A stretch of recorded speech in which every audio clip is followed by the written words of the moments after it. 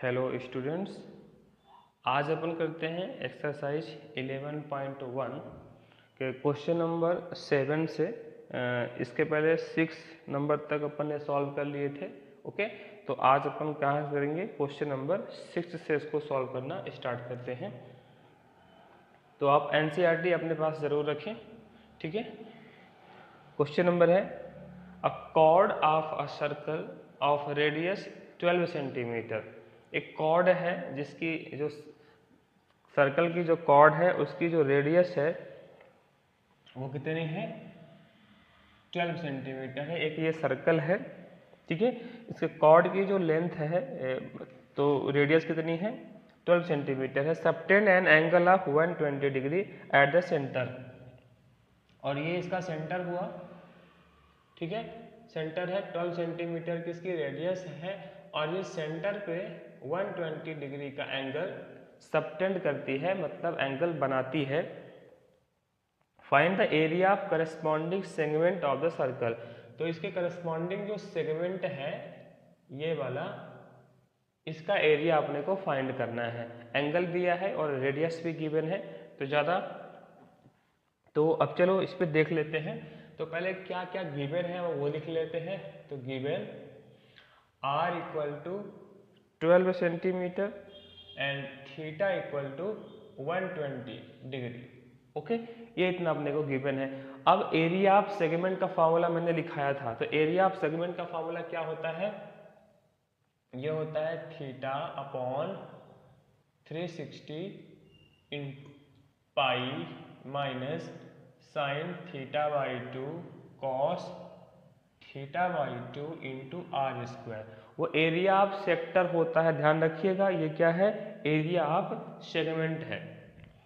Okay, तो area of segment का formula ये होता है, और एरिया ऑफ सेक्टर क्या होता है, theta upon 360 into pi r square, ठीक है। पर ये क्या है, सेगमेंट है, इसलिए ये वाला फॉर्मूला अपन अप्लाई करते हैं। चलो अब वैल्यू को रख दो यहाँ पे। थीटा की वैल्यू है 360, सॉरी थीटा की वैल्यू तो 120 है ना, वो 120 गिवन है। 120 अपॉन 360 इंटू पाई की वैल्यू है 3.14, ठीक है। पाई की वैल्यू क्या दी हुई है इस पे, 3.14 माइनस साइन थीटा, थीटा है 120, तो 120 अपॉन 2 और फिर cos 120 upon 2 into r square, that is 12 का स्क्वायर। कट कर दो दिस, 12 3 जा, कितना आ गया 1 अपॉन 3 इंटू 3.14 माइनस ये कितना बचेगा, कट जाएगा, तो 120 upon 2 that is sine 60 degree into cos 60 degree into 12 का स्क्वायर। जी, यहाँ तक कोई प्रॉब्लम नहीं होनी चाहिए। अब इसको देखो आप, ये देखो 3.14 अपॉन में 3 है, तो 3 से इसको डिवाइड कर दो, तो 3 1 जा 3 0.03 4 जा 12, इस तरह से डिवाइड करते हैं ना। देखो 3.14 था, डिवाइड किससे कर रहे हैं, 3 से। 3 1 जा 3, 1 आ गया, सॉरी 0 आ गया, फिर पॉइंट लगाएंगे 1 आएगा, तो डिवीजन होगा ना, इससे 0 फिर 4, तो 3 4 जा 12, ठीक है। 2 आया से बढ़ता जाएगा, ठीक। 1.04 माइनस, अब हमें ये देखना है कि साइन 60 की वैल्यू कितनी होती है। साइन 60 होता है √3 अपॉन 2 इंटू कॉस 60 होता है 1 अपॉन 2 इंटू 12 का स्क्वायर कितना होता है, 12 इंटू 12 दैट इज 144। अब देखो 1.04 माइनस √3 का मल्टीप्लाई 1 से, दैट इज √3 अपॉन 4 इंटू 144। एक चीज ध्यान देने वाली है कि अगर √3 की वैल्यू क्वेश्चन पेपर में गिवन है तो हम पुट करेंगे, और अगर गिवन नहीं है तो हम √3 की वैल्यू एज इट इज ऐसे ही छोड़ देंगे, केवल 144 के अंदर मल्टीप्लाई कर देंगे और उसके बाद छोड़ देंगे। लेकिन अगर √3 की वैल्यू गिवन है क्वेश्चन पेपर में तो √3 की वैल्यू रखनी पड़ेगी, है ना, बट इसमें गिवन है इसलिए रखेंगे। तो देखना इक्वल टू 1.04 माइनस √3 की वैल्यू कितनी गिवन है 1.73 और अपॉन में क्या कर दिया आपने 4 और इंटू 144। ठीक, अब इसे और सॉल्व कर देते हैं। अब इसे केवल सिंप्लीफाई करना है, ठीक है, अब इसे केवल सिंप्लीफाई करना है। तो कितना होगा ये 1.04 माइनस, अब इसको 4 से आपको डिवाइड करना है, ठीक है, क्या करना है इसको 4 से डिवाइड करना है। देखना मैं डिवाइड करके बता देता हूँ। 1.73 को डिवाइड करना है 4 से, डिवाइड होगा नहीं इसलिए 0 पॉइंट कितना हो गया ये 17, तो कितना आ जाएगा 4 7 12, ठीक है, कितना आ जाएगा 4 3 जा 4 चौको 16, 16 हो गया, 1 बचा 4 टाइम 12, कितना आ गया 12 अपॉन 1, फिर 4 2 जा 8, कितना बचा 2, 4 5 जा 20, डिवीजन तो बनता है इसलिए मैं जल्दी से कर दिया मैंने। कितना आ गया 0.4325, 0.4325 इंटू 144, ठीक है, इस तरह से अपन इसको डिवाइड कर दिया। अब आप यहाँ से देखो, इन दोनों को आप पहले माइनस करो, ठीक है, अब पहले इन दोनों को माइनस करो और फिर 144 से मल्टीप्लाई कर देना। ये तो छोटी सी बात है, आप कर लेना इसको। इसमें इसको माइनस करोगे, जो वैल्यू आएगी 144 से मल्टीप्लाई कर देंगे, तो कितना आ जाएगा, ये आ जाएगा 87.48, ठीक है, सेंटीमीटर स्क्वायर। यही आपका इस सेगमेंट का क्या हो गया, एरिया हो गया। चलो नेक्स्ट क्वेश्चन है, क्वेश्चन नंबर 8 देखो आप। क्वेश्चन नंबर 8 में एक हॉर्स है जो कि टाइटली बंधा हुआ है, ठीक है। क्वेश्चन क्या है, a horse is tied to a pig, pig मतलब होता है खूंटा, लकड़ी गड़ी हुई है उस पर बंधा हुआ है। Pig at one corner of a square shaped grass field, एक स्क्वायर शेप का ग्रास फील्ड है जिसपे एक हॉर्स बंधा हुआ है। If side 15 metre by mean of 5 meter long rope, the area of that part of the field in which the horse can graze, ठीक है।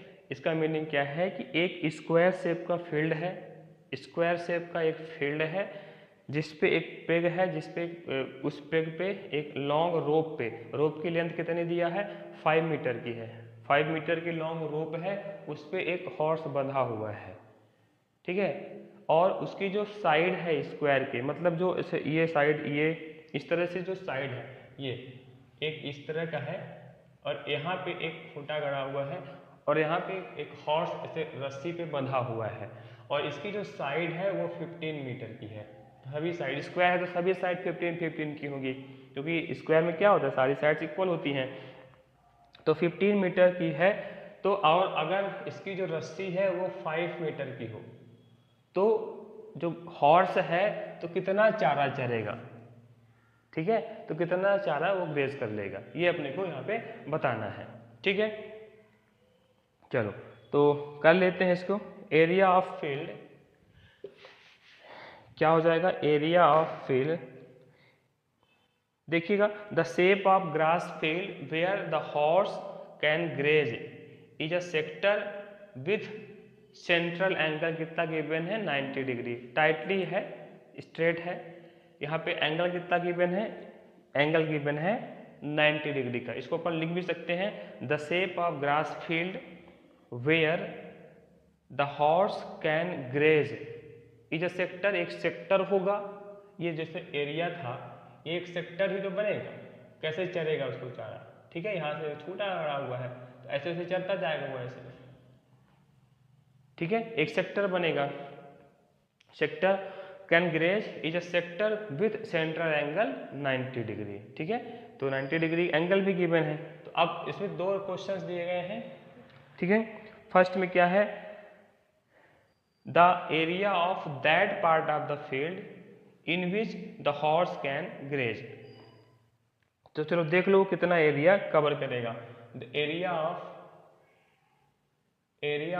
फील्ड, ठीक है, area of field where horse can graze equal to, क्या हो जाएगा, area of sector, ठीक है, area of sector with radius कितनी गिवन है, उस पर रेडियस गिवन है 5 मीटर, विथ रेडियस 5 मीटर। बस सिंपल सा है, कितना हो गया, फार्मूला लगा दो, theta upon 360 into pi r square. Theta की वैल्यू कितनी है 90 अपॉन 360 इंटू पाई। अब पाई की वैल्यू रख दो, पाई की वैल्यू कितनी रखना है इसमें 3.14 इंटू आर स्क्वायर, और आर कितना है 5 का स्क्वायर। सिंप्लीफाई कर दो, 0 0 कट गया, 1/4 इंटू 3.14 इंटू 5 का स्क्वायर कितना हो जाएगा 25, ठीक है, 5 का स्क्वायर कितना हो गया 25 हो गया। बस आप इसी को सॉल्व कर देना है,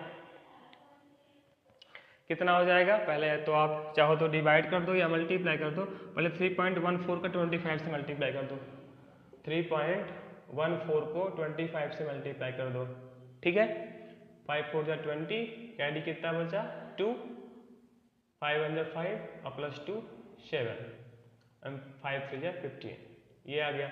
2 से कर दो, 2 4 जा 8, 2 1 जा 2 एंड 2 3 जा 6, 0 5 8 7, ठीक है, कितना आ गया,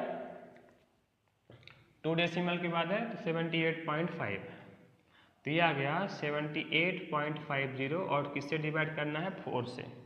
अब इसको 4 से डिवाइड भी कर दो 4 से डिवाइड, कितना आएगा, ये 4 1 जा 4, 3 9 जा 36, 2 बचा 0.6, 24 है ना, 1 0, 4 2 जा 8, ऐसे ही होता जाएगा, ठीक है, तो 19.62 दिया गया, 19.62 मीटर स्क्वायर। क्लियर है, ओके। चलो अब नेक्स्ट क्वेश्चन देखते हैं, क्वेश्चन नंबर 9। अच्छा, अभी इसका सेकंड पार्ट भी बचा हुआ है, तो इसको चलो सेकंड पार्ट भी कर लेते हैं। पहले सेकंड पार्ट क्या था, सेकंड पार्ट है the increase in the grazing area of the rope where 10 metre long instead of 5 metre. अभी रस्सी क्या थी, अभी जो रोप थी वो 5 मीटर की थी, और अगर रस्सी की लेंथ हमने बढ़ा दी, कितनी कर दी 10 मीटर कर दी, तो उसका एरिया कितना होगा, ठीक है, तो उसका एरिया अपने को फाइंड करना है। तो निकाल दो, टोटल एरिया क्या हो जाएगा, ये होता है 90 upon 360 minus pi r square. तो देख लो क्या हो जाएगा 90 अपॉन 360, इसको मैं सिंपली ऐसे ही कर दे रहा हूँ, ठीक है, क्योंकि आपसे ये बन जाएगा, और आर कितना हो गया इस बार, आर हो गया आपका 10 का स्क्वायर, ठीक है, आर क्या हो गया 10 का स्क्वायर हो गया, तो ये कितना हो जाएगा, 0 0 कट गया, 9 4 जा, कितना आ गया 1/4 इंटू 3.14, और 10 का स्क्वायर कितना हो जाएगा 100 हो जाएगा, ठीक है, कितना हो गया 100 हो गया। अब 100 का इस पे मल्टीप्लाई कर दो, तो 3.14 है, 2 0 है ना, तो डेसिमल आगे चला जाता है 2, कितना हो जाएगा 314 अपॉन कितना हो गया 4। अब इसको सॉल्व कर दो, देखो मैं यहाँ से करके दिखा देता हूँ, ये 4 से डिवाइड करो तो 28 3 8 जा, कितना बचा 2.78.5 आ गया, 78.5, क्लियर हुआ, 78.5 मीटर आ गया। पूछ क्या रहा है कि जब रस्सी की लेंथ, जब रोप हमारी 5 मीटर की थी, तब उसने ग्रेज किया, और उसके बाद जब उसकी रोप की जो लेंथ है वो हमने 10 मीटर और बढ़ा दी, मतलब 5 मीटर बढ़ा दी तो 10 मीटर हो गई। तो जब 10 मीटर होगी तो टोटल कितना ज़्यादा इंक्रीज हुआ एरिया, ये हमें फाइंड करना है। तो इंक्रीजिंग एरिया क्या हो जाएगा, इंक्रीजिंग एरिया क्या हो गया, ये आ गया 10 मीटर का, और माइनस कर दो किससे, जो हमने 5 मीटर वाला निकाला था। तो 5 मीटर वाला कितना निकाला था हम लोगों ने, 19.62। इन दोनों को माइनस कर दो, तो इन दोनों को माइनस करेंगे तो 58.87 मीटर स्क्वायर, ये डिफरेंस आ जाएगा। ठीक है, ये टोटल डिफरेंस आ गया दोनों में। चलो नेक्स्ट, अब अपन नेक्स्ट देखते हैं क्वेश्चन नंबर 9। अब क्वेश्चन नंबर 9 क्या है, a brooch is made with silver wire in the form of a circle with diameter 35 mm. The wire is also used in making 5 diameter which divides the circle into 10 equal sector as shown in figure. तो diameter कितना given है, देखो हमें इसमें ज़्यादा दिमाग नहीं लगाना है। डायमीटर कितना गिवन है 35 mm, तो इसका रेडियस कितना हो जाएगा, हमें किसकी किसकी ज़रूरत है वो हमें देखना है। 35/2 mm हो जाएगा रेडियस, उसकी आधी होती है ना। ठीक है, तो टोटल लेंथ ऑफ वायर देखना, ब्रूच आप देखो उस पर बनी हुई है आपके इसमें इस तरह से, ये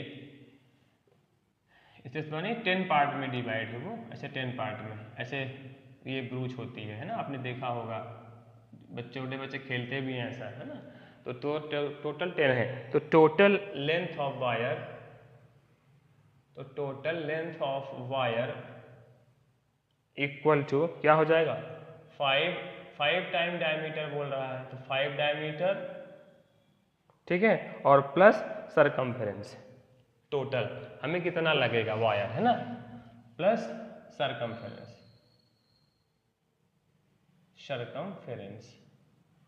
ठीक, देखो a brooch is made with silver wire, एक ब्रूच है जो कि सिल्वर वायर से बना है, in the form of circular with diameter 35 metre, जिसकी डायमीटर कितनी है 35 मीटर की है।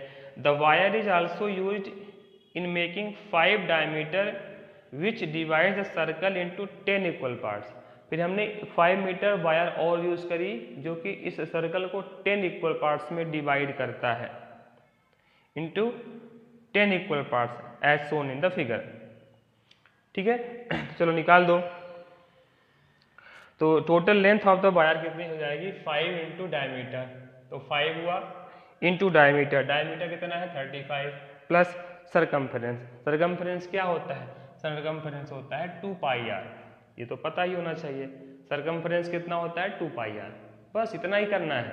ठीक है, सरकमफेरेंस ऑफ वायर कितना हो जाएगा 2 पाई आर, मल्टीप्लाई कर दो, 5 5 जा 25 175 प्लस 2 पाई आर, तो 2 पाई की वैल्यू है 22/7, ठीक है, इंटू आर, आर कितना है 35/2, तो 7 5 जा और 2 से 2 कट गया, कितना आ गया 175 प्लस 22 और इंटू 5 बचा, मल्टीप्लाई कर दो दोनों का, 5 2 जा 10, 5 2 जा 10 110, कितना आ गया ये आ गया 285 mm। इतनी लेंथ होगी किसकी वायर की ये लेंथ हो गई। ठीक है, अब हमें क्या निकालना है, एरिया ऑफ सेक्टर निकालना। अभी हमने लेंथ निकाल ली, इतनी लेंथ किसकी है वायर की है। अब हमें क्या निकालना है, एरिया ऑफ सेक्टर निकालना है कि टोटल कितना है। तो अब देखो कि एंगल ऑफ ईच सेक्टर पहले हम निकालेंगे, सेकंड नंबर पे देखिएगा एंगल ऑफ ईच सेक्टर, समझना है इसको, है ना, एंगल ऑफ ईच सेक्टर। तो ये जो ब्रूच था आपका इस तरह से 10 पार्ट्स में ये डिवाइड है, 1 3 4 5 6, ये टोटल 10 पार्ट्स में डिवाइड है। ठीक है, आप देखो ये जो पूरा जो सेंट्रल एंगल होता है वो कितना होता है, 360 होता है। टोटल जो एक सरकमफ्रेंस का एंगल होता है कितना, 360 डिग्री, और लेकिन कितने पार्ट में डिवाइड है, 10 पार्ट्स में डिवाइड है। और हम क्या निकाल रहे हैं, एंगल ऑफ ईच सेक्टर। तो क्या हो जाएगा, अपन 10 से उसको डिवाइड कर देंगे क्योंकि 10 पार्ट्स का निकालना है। तो कितना हो गया, 0 0 कट गया, कितना आ गया, 36 डिग्री। ठीक है, तो क्या हो गया, एंगल ऑफ ईच सेक्टर वो कितना आ गया, 36 डिग्री का आ गया। तो एरिया ऑफ सेक्टर निकाल दो। तो एरिया ऑफ सेक्टर, तो एरिया ऑफ सेक्टर क्या होता है, theta upon 360 into pi r square. Theta की वैल्यू है 36, थीटा की वैल्यू कितनी है 36, तो 36 upon 360 into 22 upon 7 into r, और आर कितना गिवन है, आर अपने पास 35/2 है, तो 35/2 का स्क्वायर हो गया। ये कोई दिक्कत, चलो सॉल्व कर दो इसको। 36 10 जा कितना आ गया, 1/10 इंटू 22/7 इंटू, इसको लिख सकते हैं अपन 35/2 इंटू 35/2, 2 टाइम्स।